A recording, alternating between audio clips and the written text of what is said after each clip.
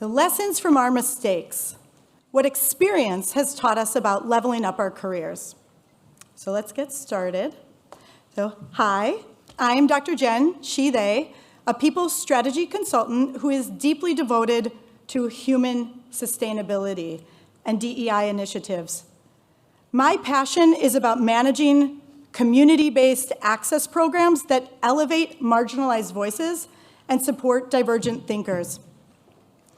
I believe people grow best in the sunshine, and I hope these talks will provide some of that sunshine for you. I'm going to yield most of my time to the panelists, but I do have a few things to say. Okay, so why are we here? To lean into those mistakes. My hope is to further break down those silos and the unhealthy aversion to speaking about mistakes.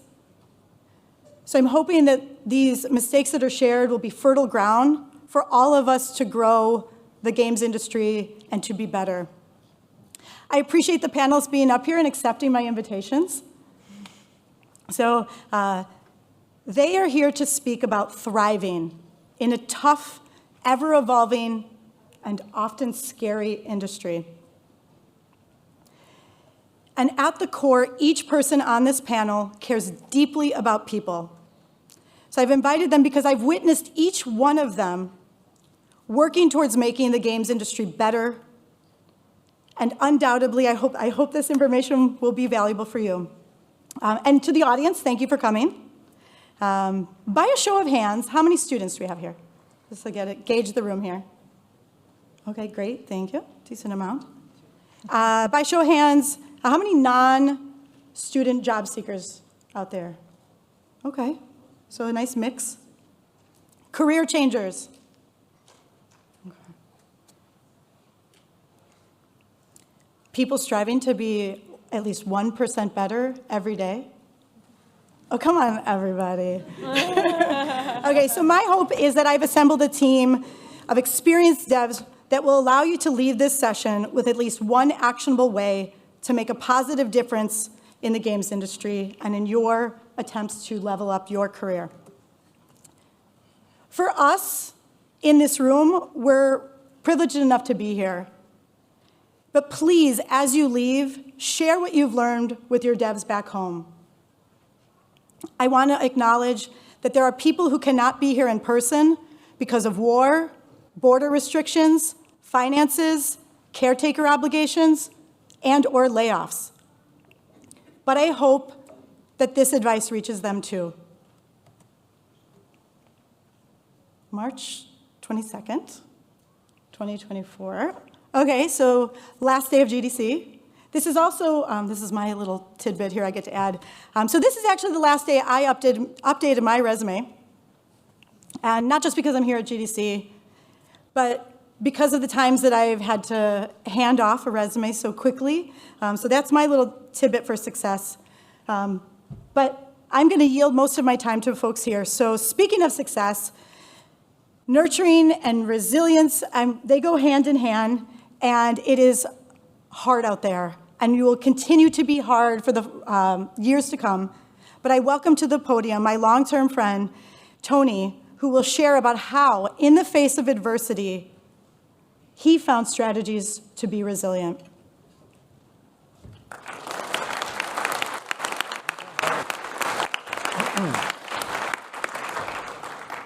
Oh, there's a lot of you out there.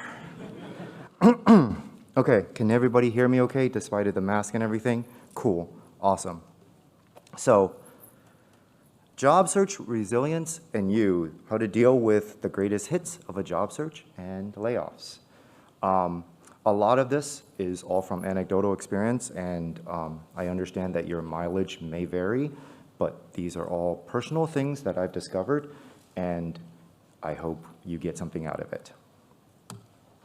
So, hi, I'm Tony. I'm a game designer. I focus on systems and combat design, and I have worked in the games industry for more than 10 years. Some of the games I've worked on includes Diablo 3, Castleville, Deformers, and the Echo VR series. And the thing I want to talk about is 4 steps of job search. starting with the search. I think for me, we sometimes lose focus, and specific goal setting will help create proper expectations when it comes to accomplishing that goal.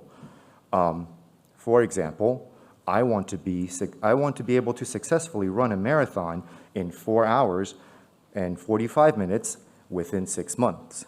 Why do I put such a detail on all those things? Because it lets me know what I want to accomplish, run a marathon, which is 26 miles, 385 yards, right? Time frame, how long do I want to do it in? 4 hour, 45 minutes, and the amount of time that I have to prep for it, which is 6 months. This gives you the ability to define specific steps you can now take towards accomplishing that goal. How many days do you have to run? How many miles do you need to run a day in order to accomplish that goal? And also, better to be able to track your successes, and are you hitting those goals? And also, it helps you to evaluate if the goal is realistic or not. I could say I want to run a marathon in a week. Probably not likely. So my takeaway from this is if you set very, very realistic and very, very specific goals, you will be able to figure out what you can do to accomplish that goal. And the more specific that goal is, the more you'll find that you are able to set steps to actually gauge whether you succeed or not on it. And by the way, I know it's tough out there. The average job search time right now, from what I was able to sort of do a brief search on the internet, is like 5 to 6 months on the average. So, that's not nothing. So that is a fact. And now, let's talk about dealing with rejection. I think following the job search, we find something, we apply to something, we will always, some of us will end up with rejections. This is an excerpt from my own job search Excel, and the reds are the rejections, and the grays are the times that I got ghosted. And that is just a little excerpt of it. So as you can see, it's not just you. This happens to everyone. And the biggest thing is, when rejection happens, chances are you won't know why most of the time. It is important to try to get feedback. And sometimes not all company is willing to give feedback, but you do have the ability to ask. And any chance that you do get feedback from a company, you should analyze the feedback, break it down, and take what you can out of it and act on that action, make it an action item. And while there are definitive stats in rejections, according to a survey, I think most successful applicants that applies for 10 to 15 jobs usually get 6 to 10 rejections. So rejection is like above 50%, right? Don't take it personally, it happens. Well, while you're on a job hunt, what can you do? Well, you can improve. And what you want to strive is to be better daily. It's easy to get into the downward spiral of a job search. There are only so many job applications you can apply in a day, and then you end up sort of doom scrolling for more jobs. Instead of doing that, you should find things to work on and continue to improve yourself during your downtimes. This helped me utilize my downtime as a way to improve myself. And what I did is I created a daily schedule that included time to work on things that will help me improve myself in any way. This could be a health goal, this could be a future goal, work goal, or this could be a hobby. You don't know what will actually help you improve, and I think any bit of improvement will help you maintain sanity and also feel productive, which is very important during this time. Lastly, let's talk about deservedness. It's really hard to deal with the success of those around you, especially when you're on the job search, right? You look around and people have announced that they've got something and whatnot. And my takeaway is very much like social media, you often don't get the full picture of what it happens. And this is especially true when it comes to the story of, air quotes, success. Being disappointed at the accomplishment of others will not help you in any way, and actually it mentally damages you and makes it hard. So focus on the positives and be happy for success in general. And what you'll find often is that sometimes the people who achieve success before you, and if you maintain the friendships and the connections, will be able to somehow help you farther down the road. So let's do a quick recap. Focus goals, rejection happens, be better daily, remain positive. I tried to come up with a cool acronym, but I ended up with a real weird word, so that didn't work for me, but you get the idea. And finally, we are all aware it is dangerous out there and it's not great, right? We don't know what someone else is going through because we're not in their head, but we can be kind and support each other. Final thoughts for anyone who needs to hear this: you are good enough. Thank you.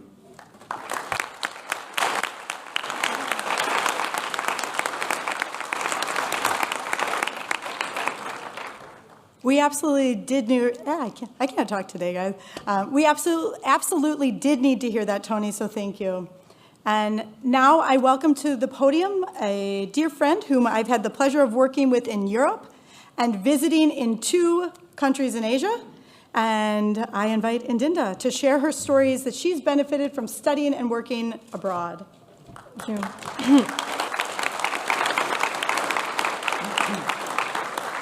Thank you. So I'm Adinda.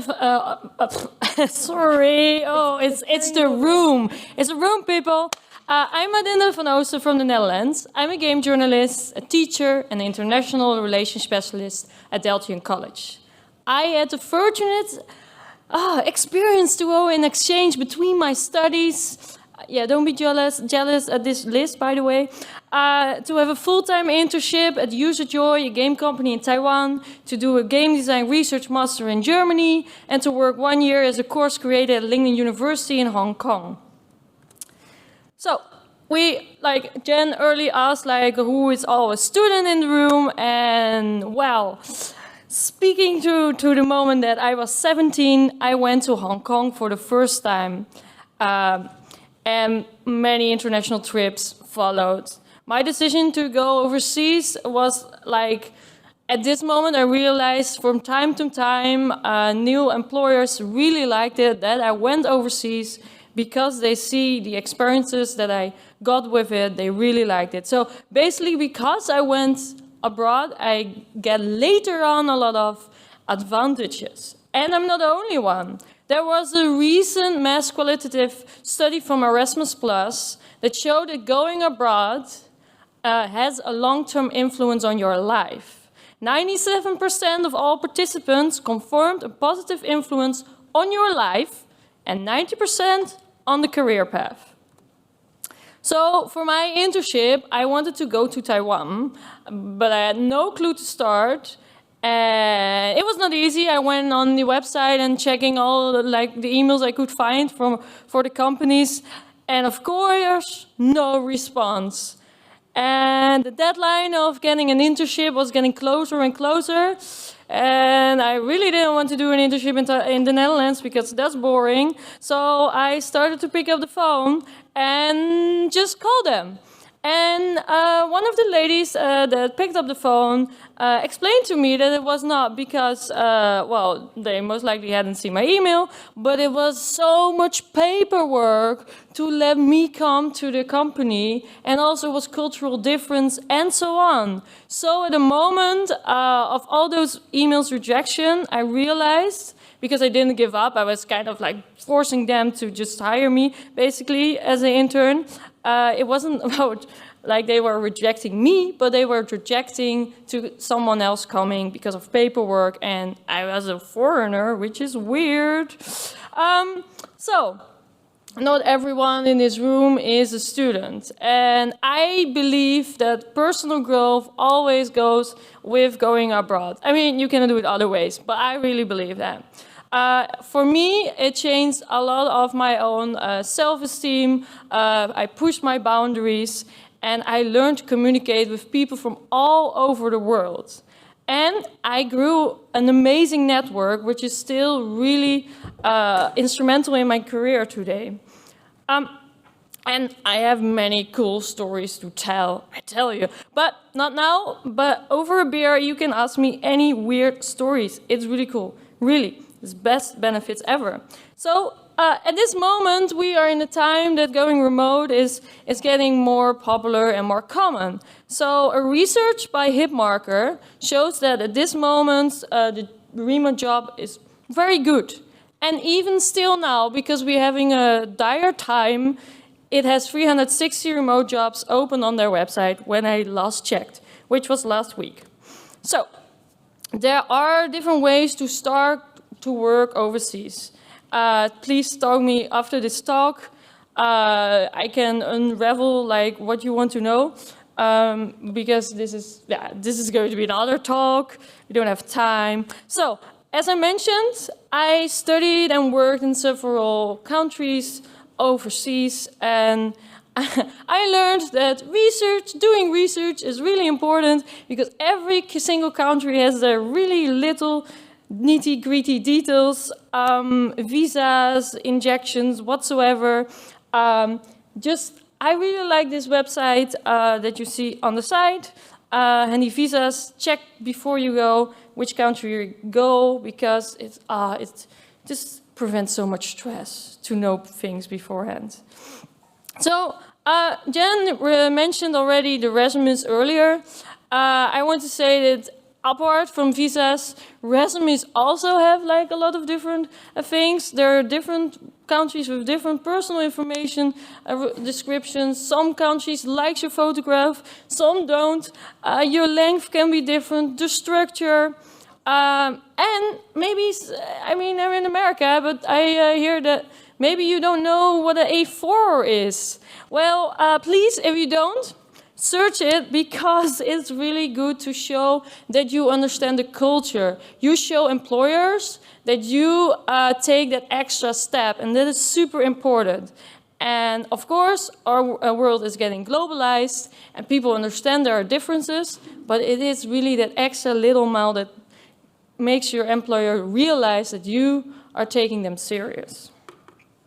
So, making a decision to work overseas is a big one. I mean, I can keep talking about this like for an hour. Please, I shouldn't. So before that, you should make a SWOT analysis. So write down your strengths, weaknesses, opportunities, and threats. So for me, for example, I had an education. I wanted to teach in Hong Kong, in Taiwan and Hong Kong, but I said I need a master. So these kind of things can differ from countries. Your portfolio is still really important in our community. Don't forget it, apart from the resume. And I already learned the language, so I already could speak some Chinese. So for yourself, write down what are your internal strengths and weaknesses, and get it noted. Because you should also note what are your external strength and weakness, the things that you don't have control on. So this is going to be a package of text, but it will foster out where you want to go. So I want to stress that working abroad, especially when moving to a new place, is not an easy decision. A lot of things need to be considered, but I invite you to think about all the new possibilities that comes along with it. Thank you.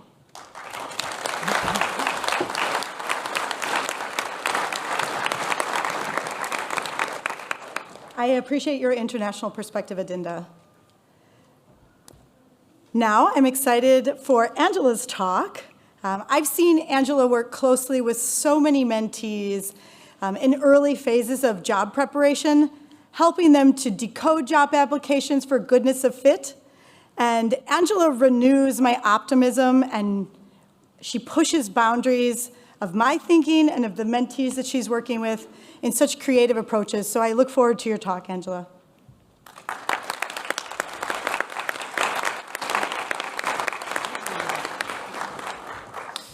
Hello. Welcome to Life Lessons from the Hunt, the job hunt. So who am I? Hi, I'm Angela Geis, pronouns she, they, and I'm currently an associate sound designer at NetherRealm Studios in Chicago. I did not go to school for games. I am self-taught, and 2 years ago, I was in the middle of my own job search, learning and putting all of these tips and tricks to use. These are my stories about the things that worked for me, so please take or leave them as you see fit. So throughout my time applying for jobs, these are the 4 big lessons that I learned. I'm gonna share 2 with you, and then Tony and Trento are gonna do a deeper dive onto the last 2. First one will be, do your due diligence research.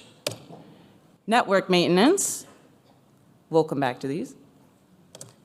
And then expect nothing, prepare for everything. Do the work to make sure you are ready for the just-in cases like an interview. But if you send off every application with an expectation of success or even a response, it will only drain your energy and enthusiasm. And you already heard Tony talk about this. And my favorite piece of advice, be your ambitious, passionate, and genuine self. Because this is the only person you can be. And actors know, and I learned in my theater career, that you shine the brightest when you are your most genuine self, and that's what draws people in, which Trento will be talking a little bit about later. So due diligence research. Common advice is to know the company that you're applying for. I found that the most critical aspect for me was to know as much as you can about who you're talking to.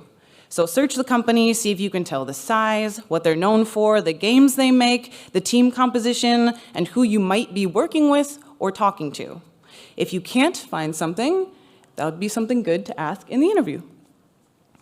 Don't be like me, who is woefully uneducated in mainstream anything except like JRPGs and audio, and panics whenever someone from Larian Studios walks up to and introduces themselves, and I can't pinpoint exactly what game I'm supposed to know them from, and that I can connect and chat about them with.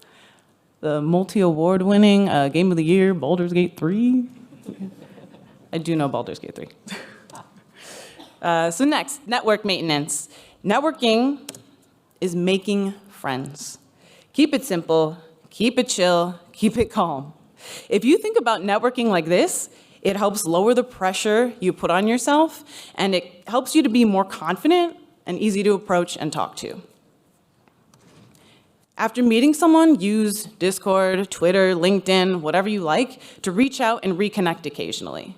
I saw this thing, and it reminded me of this conversation we had at GDC. I played your game, and I loved the music. This is important for keeping friendships.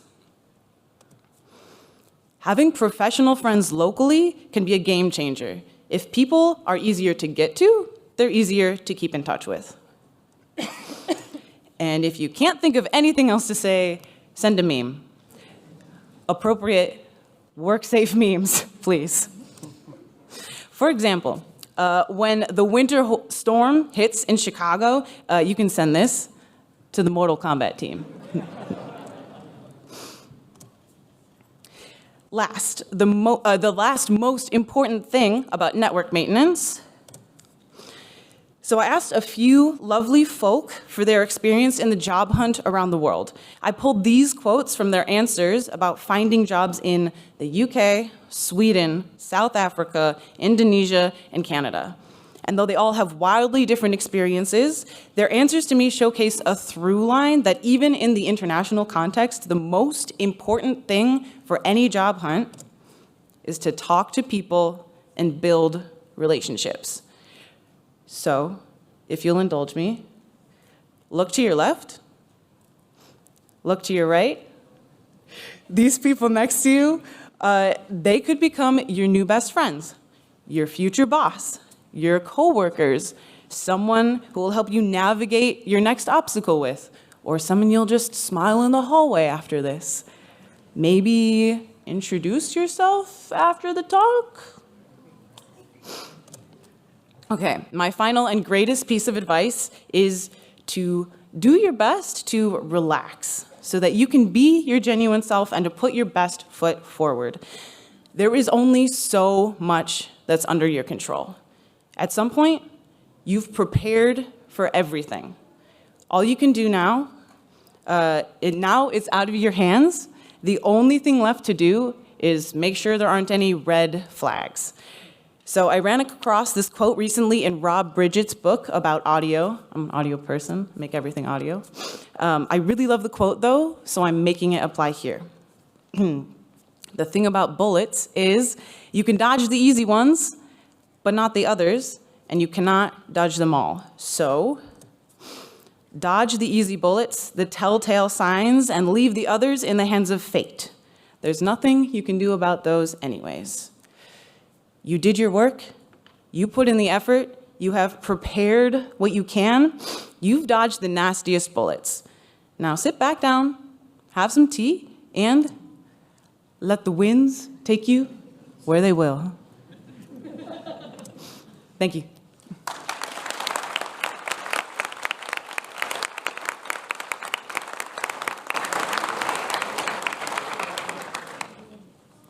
I'm supposed to keep track of time, but I get so lost in these stories. Thank you for sharing that. That was incredible.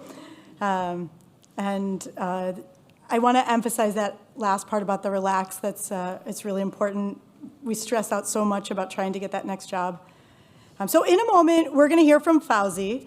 And I didn't invite him here because of his title, but because he cares about people. And when I've asked people, to join this panel, I was looking for people who've been inspired, who support international communities. So I manage a team in Europe, and I've seen through action Fauzi supporting us, helping to elevate people finding their best job fit. So I welcome to the podium Fauzi.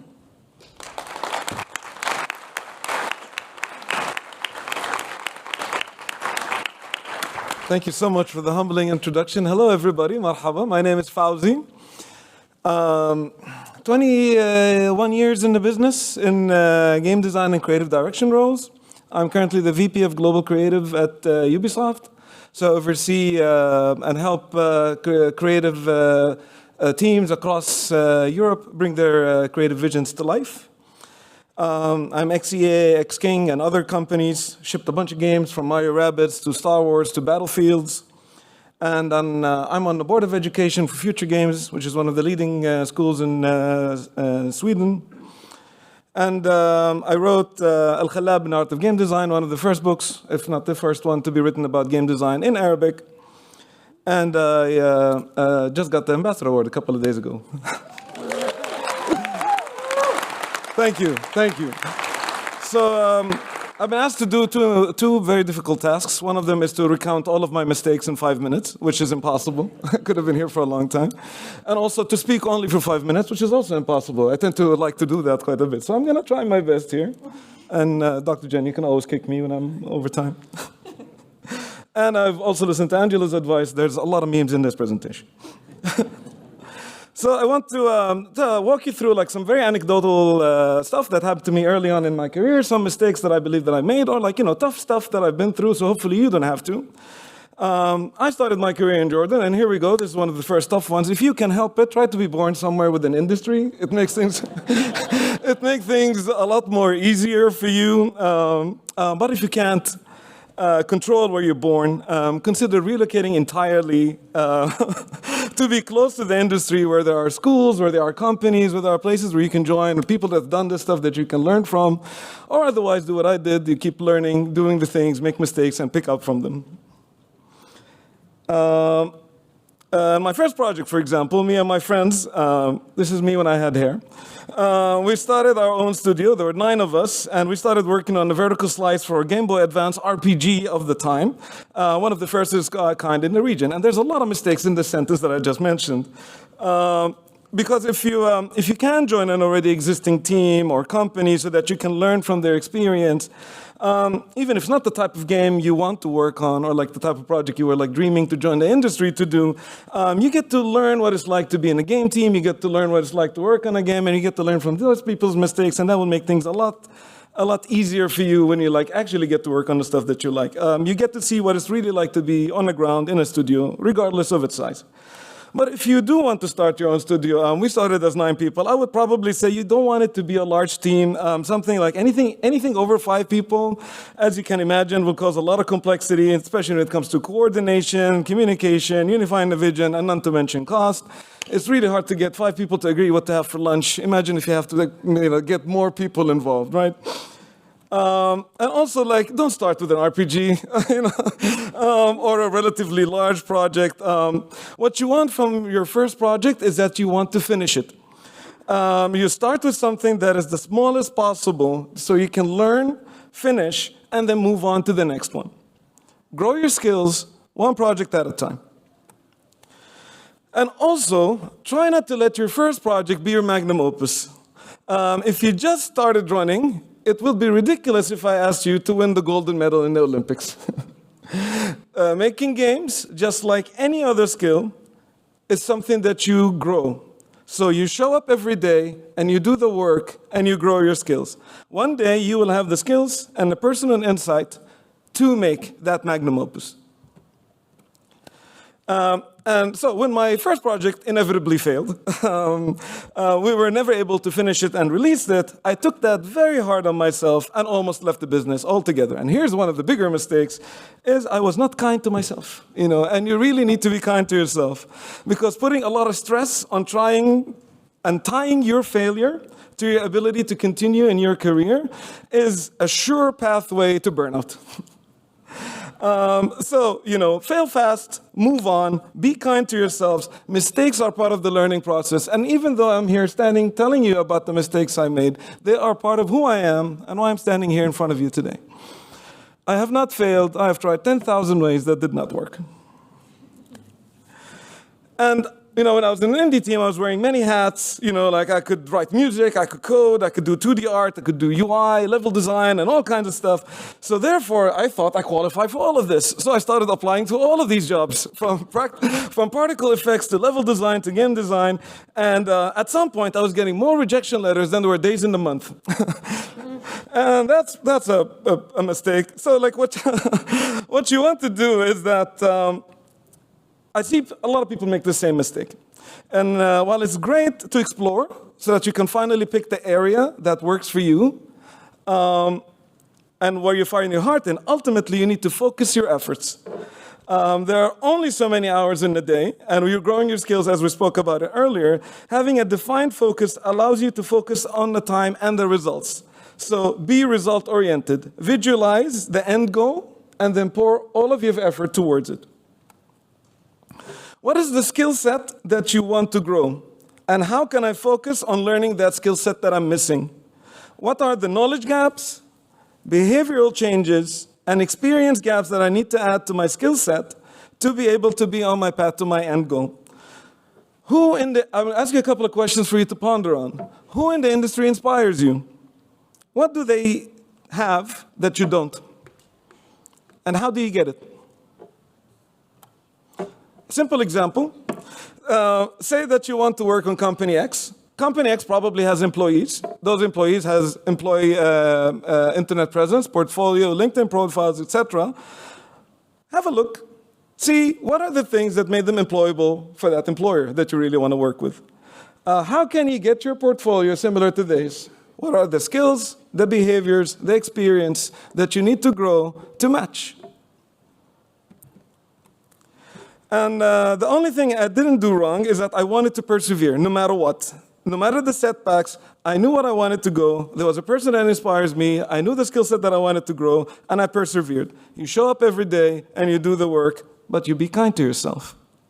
So to summarize my advice to you, you show up every day, you do the work, you pick projects that you can finish, you don't overestimate your skills and underestimate your projects. You go to where the jobs are, you become undeniable by making yourself desirable for the roles you want, and you be kind to yourself. Thank you very much.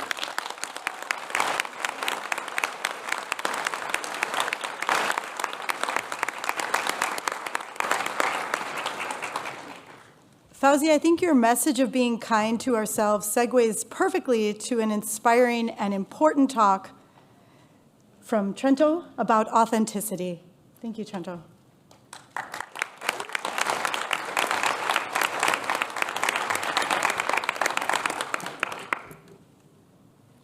I didn't trip on the way up here, so that's a great start. Hello, everyone. My name's Trento von Lindenberg. I'm the CEO of Moldbreaker Interactive, a new company founded in November 2023. And sorry, Fauzi, we didn't take your advice. We are a 10-person studio. So we'll see how that one turns out in a year. But a year ago, I was in the same position that at least a third of you were, where I was looking for a new job. And 4 years ago, I had just graduated. So today I'd like to talk to you a bit about the mistakes that led me to where I am today in my first few jobs, and why the importance of being authentic matters, especially in landing the job that's right for you. Now, as a quick note, there is no magic solution. Nothing that I say today will get you hired tomorrow. And trust me, I wish I could. Nothing. But I hope that you can learn from my mistakes, and that in listening to what we're about to share, that the job that you do get will be the right one for you. So let's talk about my mistake, one of them at least, and specifically my mistaken approach to interviews. Now, we've all heard the recommendations of you have to make sure you review exactly everything that's on the application page. Look at what they're saying, what they want in the resumes, edit your resume to the skills. Do everything to be the perfect person that they want because there's thousands of people competing for that job. We've all heard that, right? And while that is true, you do want to develop your skills towards something. What can often feel like is, I have to edit myself. I have to be and sell something that I am not entirely comfortable being.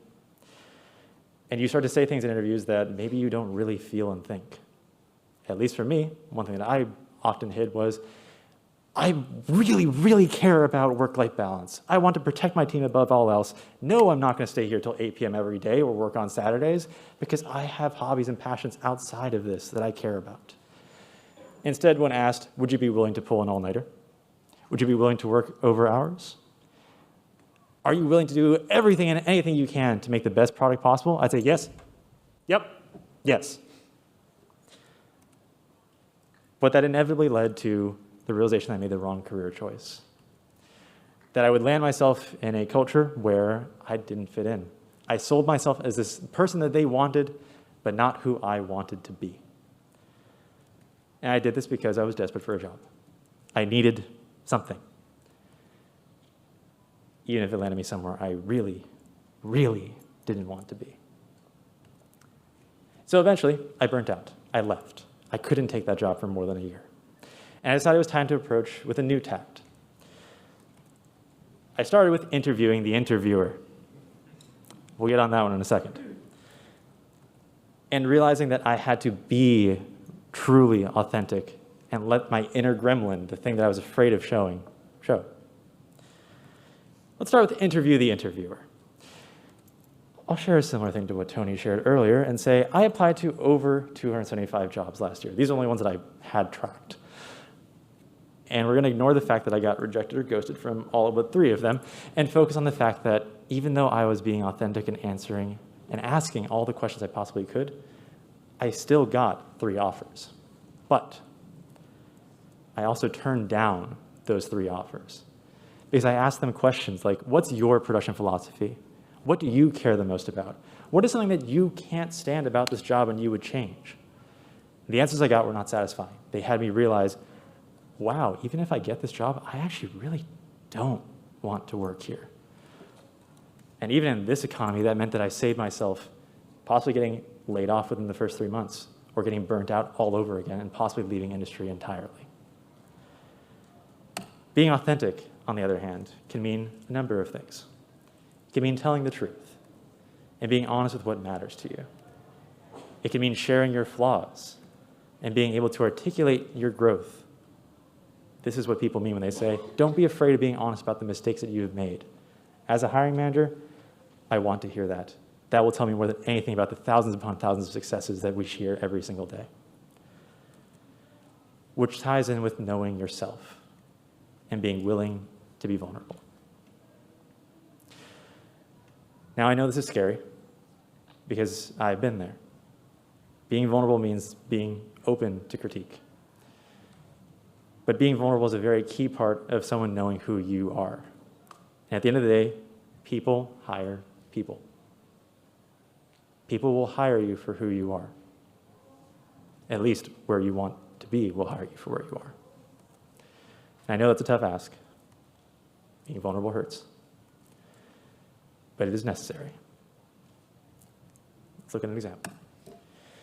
At a recent posting we put out for a social media manager, part-time role, new studio, 20 hours a week, not as much pay as I would have loved to have given.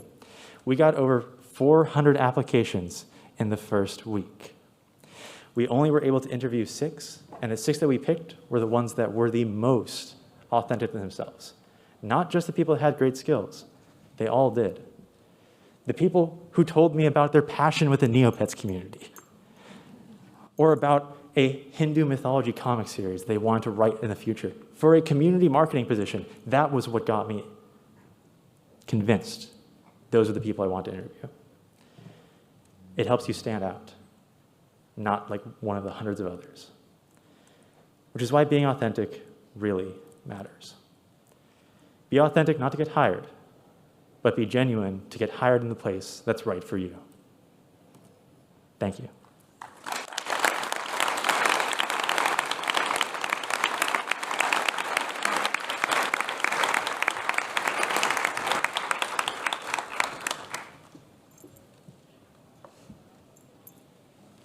I want to pause with this thank you slide because I think it's really important, and I appreciate you including all the people who've supported you, Trento.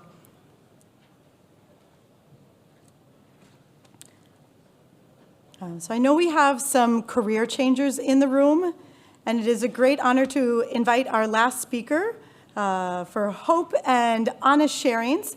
So I think there's no better way to end GDC 24 with Lara.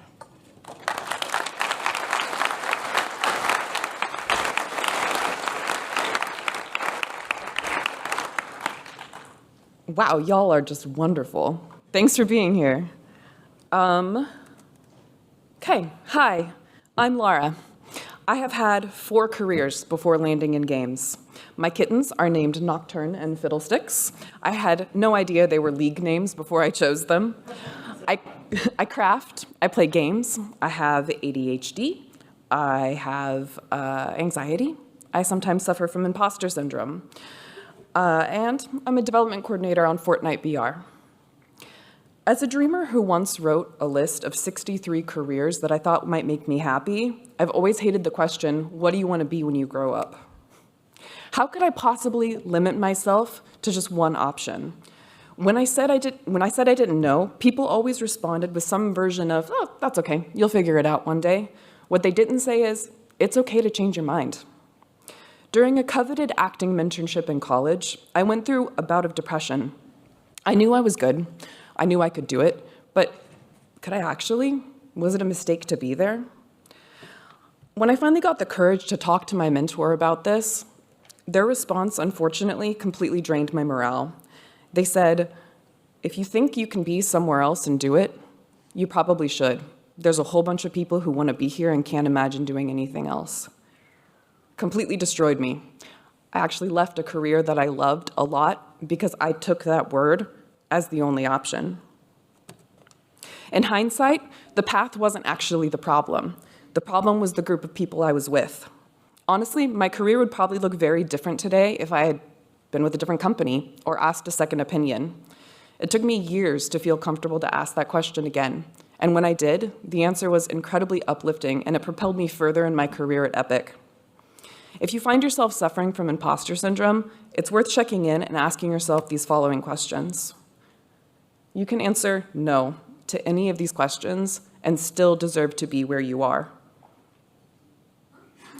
It might be good to check if a different version of here could help you thrive. The voices in your head can and will lie to you. The voices outside your head will also lie to you, even if they think they're trying to protect you. I did want to take time to make a special call out. While everyone deserves their place to be here, and really, everyone does, marginalized groups tend to suffer from imposter syndrome more than groups that are already well represented in this industry. So, this one's for you. You deserve to be here. And for everyone else, how are you making your here the right space to be? Down the line at a job shadow, I was very excited about. I was talking to a person about how I loved 2 separate disciplines at that company, and I inquired if I could switch one day. I was very passionate about both. I had studied both in college. They replied, I have plenty of people who just want this track and they worked really hard. If you want to be somewhere else, why would I hire you? It's not fair to them. I feel like I worked really hard too, but I took that as a rule of success. Again, second mistake. I stopped being curious then. I pretended like my dreams didn't exist, and I burnt out really, really hard. Pigeonholing myself caused so much heartache, and I lost years of growth. I shied away from opportunities, and I know that there are companies out there that lost out on an incredibly passionate and driven employee. After over a decade of that, something finally had to give. Echoing some of Trento's points, it is more than okay to ask vulnerable questions, but take care to recognize the answers you're given are just a data point. They are not the entire story. No one gets to tell you what your path is. Only you get to decide what the right one feels like. I absolutely love my current career, but I don't think the journey getting there needed to be so painful. My first GDC in 2022, I didn't fully engage with anyone because I was worried I would say something stupid and get blacklisted before I got in. I went to a Wiggy event. I met the dream person in my dream career at my dream studio, and the only thing I remember saying is, "Whew, that's cool, thanks." So take my advice. It will always be easier to interact with people, not with job titles, not with their job, not with their title. You may think that they're the rock stars of this industry, but they are also just people. The memories that will stick are the moments that you have a chance to genuinely connect with each other. Compliment a patch that someone has on their bag. Compliment someone's gaming tee. Talk about a talk that you noticed you both were in. I've had hundreds of conversations since that GDC 3 years ago, but the ones I remember are the ones where we actually stopped and took a minute to see each other and connect. It can be easy to feel like you're losing your identity when you get pushed out of a career or doubt your choices. You are not one thing. You are not your job. You are not your title. You aren't even this industry. You are you. You are made up of hundreds of likes and dislikes and interests and hobbies and opinions, just like every other person in this room. That's the stuff that will make a lasting impression. You can lose your job, you can get pushed out of a career, or you can change your mind and you can still be you. On my intro slide, you'll note that my title was just one of the things on there, and it wasn't even the one that I value the most. Lastly, I'm going to leave you with my favorite piece of advice. If you remember nothing else, I hope you remember this. Care 10% less. 10% less is still an A. No one will notice that you are caring less except for you. And the only thing that you'll notice is more energy, less stress, and more sustainable actions that will lead to a better you and a better industry. So take it from someone who jumped from theater to barista to bookseller into games. It is okay to follow winding paths. It's okay to change your mind. It's okay to try and fail. It's okay to ask questions and be curious about your options. It's okay to ignore advice that doesn't work for you. I promise you will still be hireable. I promise you'll be hireable if you pivot again. I actually think that my job, I'm better at it because of my varied experience. And I've heard that from more than just myself. I've heard it from so many people. It's not always easy, and some might scoff at your path, but it is always going to be worth it. And as long as you're approaching things with a sense of curiosity, passion, and authenticity, you're going to be just fine. Thank you.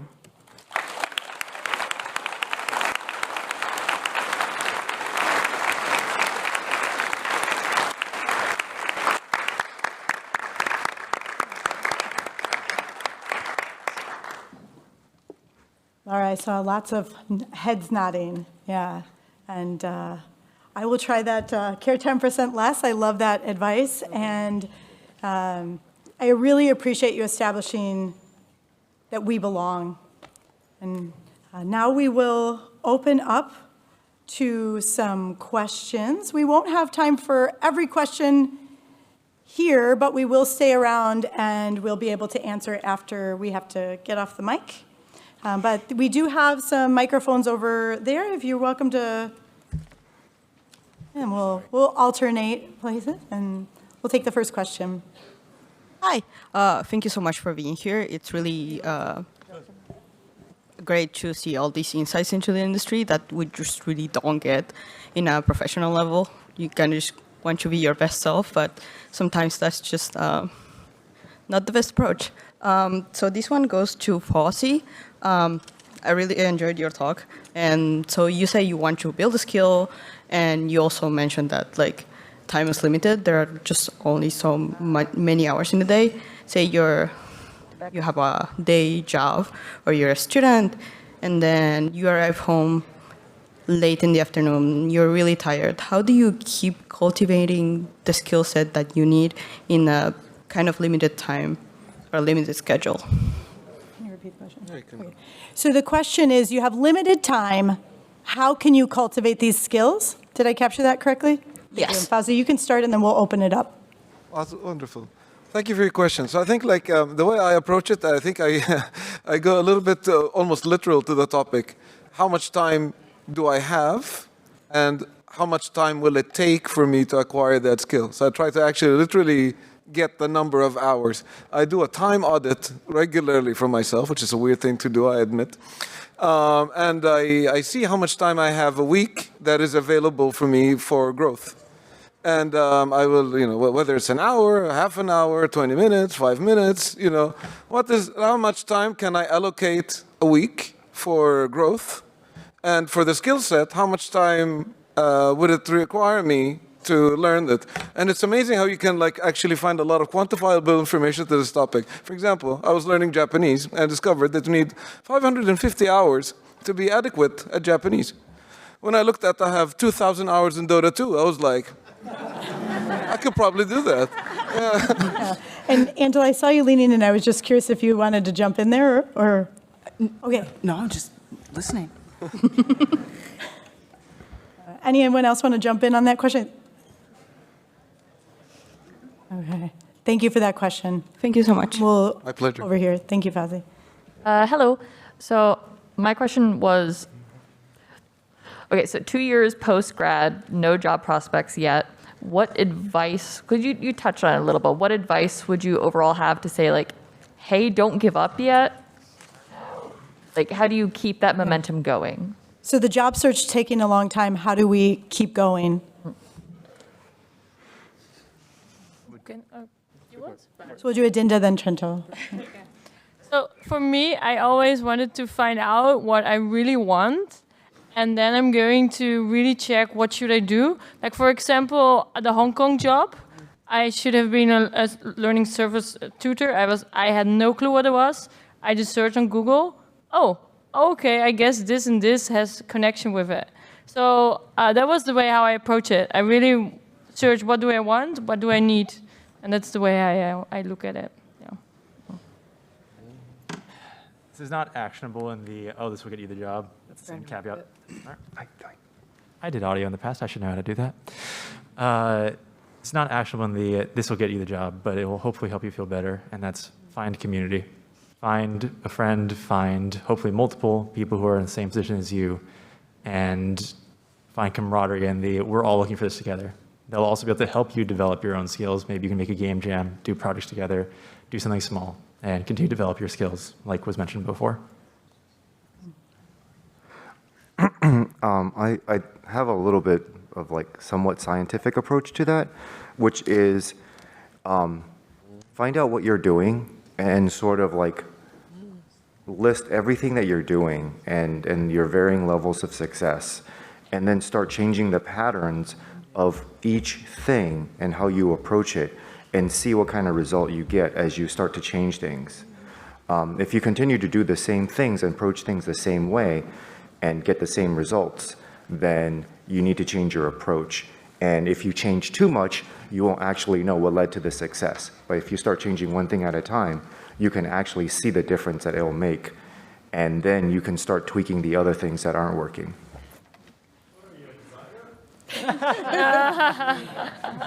To repeat the comment, what are you, a designer? And then we have another question over here. Hi, I'm a high school student. I'm a junior in high school right now.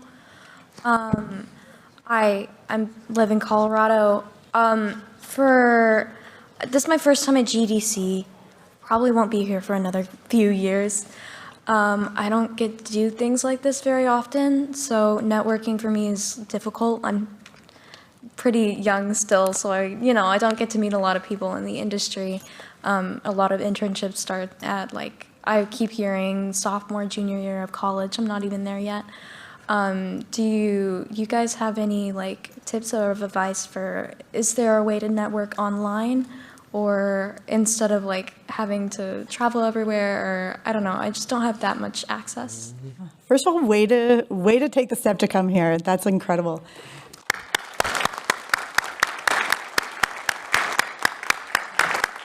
So the question is, how do we network online when we cannot be in these spaces? So I thought I saw someone lean in over here. I did lean in. Angela also. There was that lean.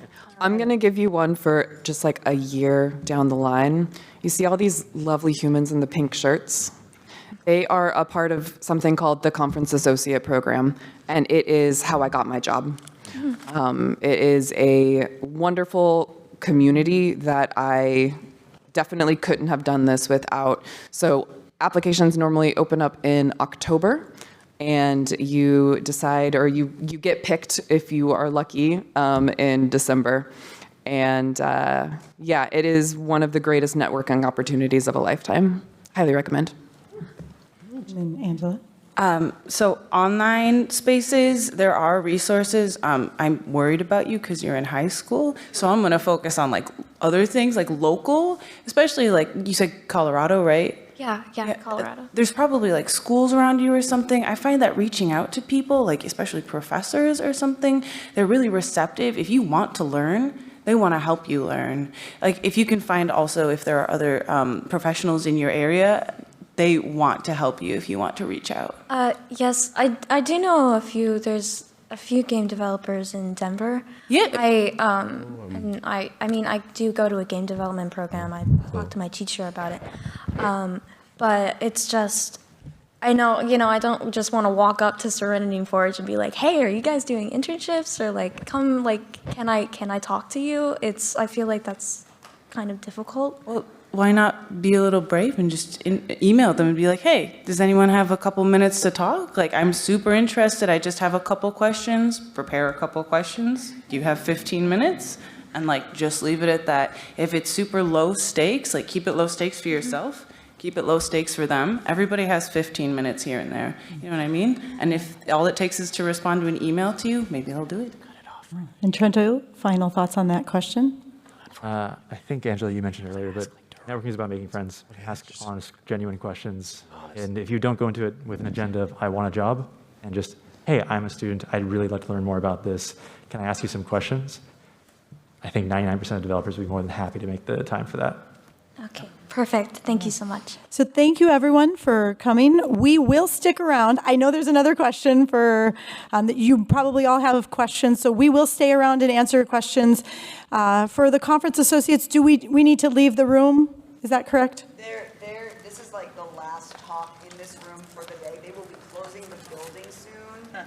they're ending early today. So, if you could clear the room. Basically, yes. Yes, so the answer is yes. So we will meet you in the hallway. Yes, it is.